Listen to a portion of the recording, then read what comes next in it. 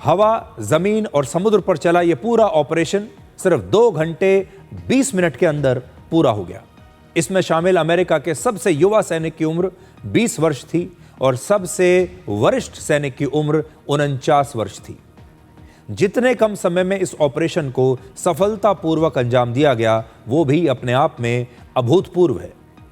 रात में इस ऑपरेशन को मंजूरी दी गई और सूर्योदय से पहले अमेरिकी सेना ने मदुरो को पकड़कर वेनेजुएला की राजधानी से पहले अमेरिका के एक युद्धपोत पर पहुंचाया।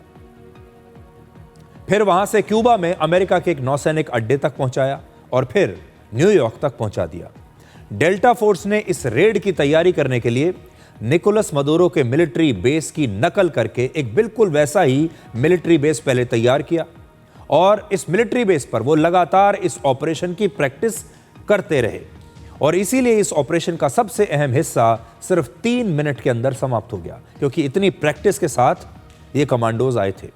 इस ऑपरेशन को कामयाब बनाने के लिए अमेरिका की खुफिया एजेंसी CIA के जासूसों ने 4 महीने तक वेनेजुएला के अंदर रहकर इसकी तैयारी की थी और सारी खुफिया जानकारियां इकट्ठा की थी। अमेरिकी सेना का हमला कितना घातक था, आप इन 2 सैटेलाइट तस्वीरों से समझिए। पहली तस्वीर हमले से पहले 22 दिसंबर 2025 की है और दूसरी तस्वीर इस साल 3 जनवरी को अमेरिकी सेना के हमले के बाद की है और ये वही मिलिट्री बेस है जहां पर निकोलस मदुरो को रखा गया था, जहां पर वो छुपे हुए थे और यहीं से मदुरो को पकड़ा गया है और इसका ज्यादातर हिस्सा इस मिलिट्री बेस का अब नष्ट हो चुका है।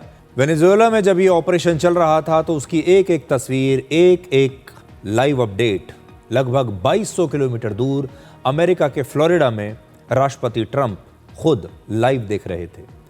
ट्रंप फ्लोरिडा में अपने रिजॉर्ट में अपने करीबी मंत्रियों, सहयोगियों और अधिकारियों के साथ एक वॉर रूम में मौजूद थे। इस रिजॉर्ट के कुछ कमरों में काले पर्दे लगाकर एक वॉर रूम बनाया गया था और राष्ट्रपति ट्रंप ने कहा कि वो किसी टीवी शो की तरह इस ऑपरेशन को लाइव देख रहे थे।